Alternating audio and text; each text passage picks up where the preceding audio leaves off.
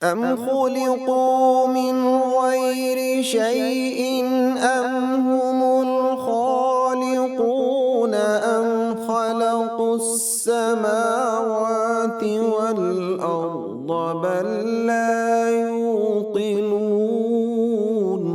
نحمده ونصلي على رسوله الكريم اما بعد فاعوذ باللہ من الشیطان الرجیم بسم اللہ الرحمن الرحیم۔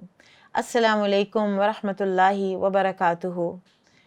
Programme A is for Allah not atheism میں آج ہم زوالوجی اور حیوانیات میں اللہ سبحانہ وتعالیٰ کی معرفت کو تلاش کریں گے۔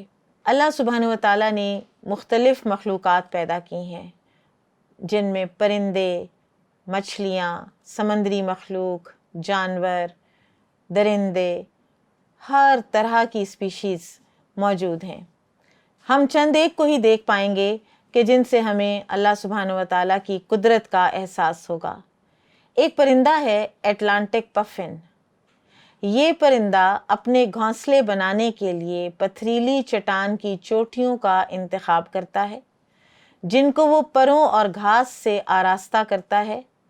اس کی مادہ ایک ہی انڈا دیتی ہے اور پفن جوڑے اکثر ہر سال ایک ہی جگہ پر دوبارہ مل جاتے ہیں، اور یہ واضح نہیں ہے کہ یہ پرندے اپنے آبائی علاقوں میں واپس کیسے جاتے ہیں۔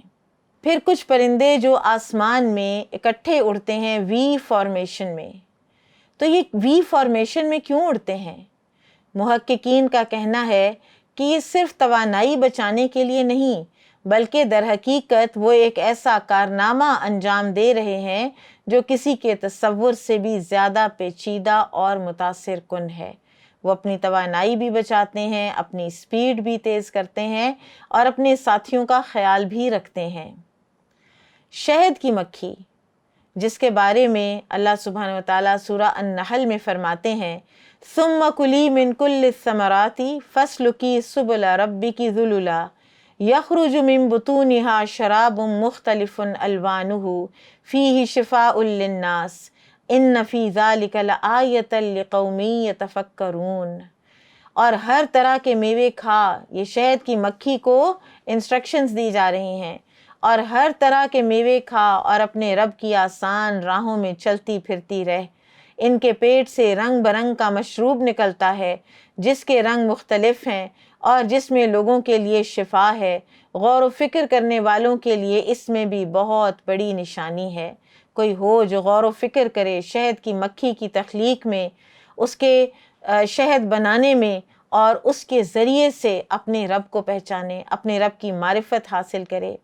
شہد کی تیاری میں 450 گرام خالص شہد حاصل کرنے کے لیے تقریباً 17,000 شہد کی مکھیاں 10 ملین پھولوں کا دورہ کرتی ہیں۔ اوسطاً ایک شہد کی مکھی 25 منٹ میں 500 پھولوں کا دورہ کرتی ہے۔ شہد کی مکھیوں کے چھتے پر کوئی جنکشن پوائنٹ نظر نہیں آتا۔ یہ واقعی حیرت انگیز ہے، کیونکہ شہد کی مکھیاں خلیات یعنی وہ سیلز بنانا شروع کرتی ہیں جو مختلف مقامات سے شہد کا چھتا بناتی ہیں۔ اس چھتے کے اندر اینٹی بیکٹیریل اور اینٹی وائرل جو رائل جیلی ہے وہ رکھی جاتی ہے، اور اس میں respiratory, skeletal, nervous, endocrine, cardio vascular, immune اور سیلولر سسٹمز کے لیے یہ جو اینٹی بیکٹیریا اور اینٹی وائرل اس کے اندر جو رائل جیلی ہے وہ مفید ہے ان تمام انسانی سسٹمز کے لیے۔ اسی طرح بی پولن، یہ فطرت کا سب سے مکمل کھانا ہے۔ یہ تناؤ اور بیماری کے خلاف جسم کی مزاحمت کو بڑھاتا ہے اور شفا یابی کے عمل کو تیز بھی کرتا ہے۔ پھر جانوروں کی اقسام دیکھیں۔ کیا آپ اندازہ لگا سکتے ہیں کہ جانوروں کی زمین پر کتنی اقسام ہیں؟ کیا 10,000؟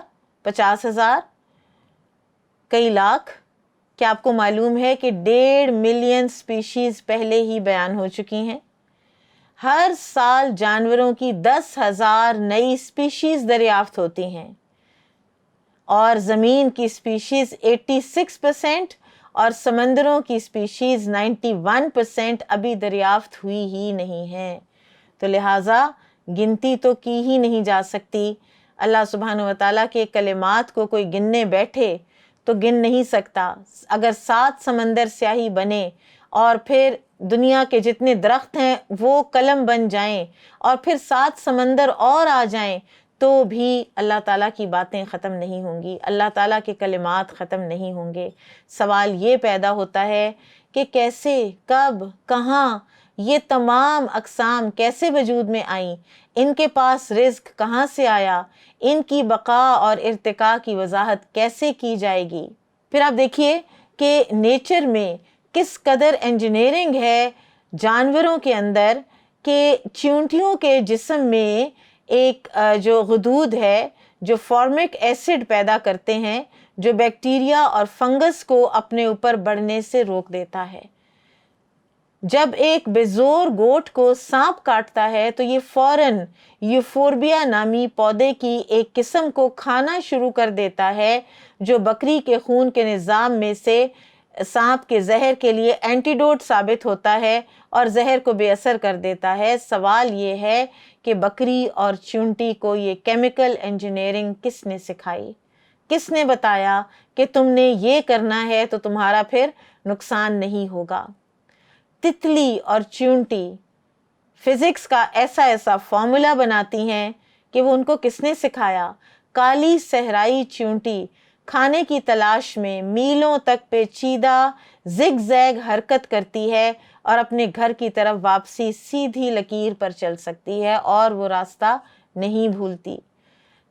تتلی سورج کی کرنوں کو جمع کرنے کے لیے اپنے پروں کو ایک زاویے پر ترتیب دیتی ہے جس سے یہ دھوپ بہترین طریقے پر سینکتی ہے۔ اس کام کے لیے آپٹکس کا علم درکار ہے جو کہ اس کے پاس ہے۔ مادہ مچھر جب تیزی سے خون چوس لیتی ہے تو اس کا سکشن سسٹم اس کے میزبان کے خون سے 100% مطابقت رکھتا ہے۔ ان کی فیڈنگ ٹیوبز مؤثر طریقے سے خون چوسنے کے لیے درکار ڈائی میٹر سے کبھی بھی نیچے نہیں آتی۔ مچھر کو یہ میکینکس کس نے سکھائیں؟ سنگل سیل آرگنزم کے اندر اتنی ذہانت۔ ہوکیڈا یونیورسٹی کی ایک ٹیم جاپان کی یونیورسٹی میں، انہوں نے ایک میز یعنی ایک جس کو بھول بھلیاں کہتے ہیں، اس کو چھوٹے چھوٹے سے جیسے روٹی کے ٹکڑے ہوتے ہیں اوٹس، ان کے ساتھ فل کیا اور پھر سلائم مولڈ کو اس کے اندر ڈالا جو کہ ایک سنگل سیلولر آرگنزم ہے۔ 26 گھنٹوں کے اندر اس سلائم مولڈ نے ایک ایسا مضبوط نیٹ ورک اسٹیبلش کر لیا تھا کہ جس کے بارے میں کہتے ہیں کہ which was comparable to the Tokyo transport system۔ سبحان اللہ۔ اس جانور کا کوئی سینٹرل نروس سسٹم نہیں ہے، اس جانور کا کوئی برین بھی نہیں ہے، still it learns, remembers and solves problems and makes decisions۔ یہ سنگل سیلولر آرگنزم ہے۔ اللہ سبحانہ و تعالی ہمیں اپنی معرفت عطا فرمائے اور ہمیں ان لوگوں میں کرے کہ جو یہ سب پڑھ کر اور سن کر پکار اٹھتے ہیں، ربنا ما خلقت ھذا باطلا سبحانک فقنا عذاب النار۔ آج کے لیے اتنا ہی۔ سبحانک اللہم و بحمدک اشہد ان لا الہ الا انت استغفرک و اتوب الیک۔ السلام علیکم ورحمۃ اللہ وبرکاتہ۔ أم خلقوا من غير شيء أم هم الخالقون أم خلقوا السماوات والأرض بل لا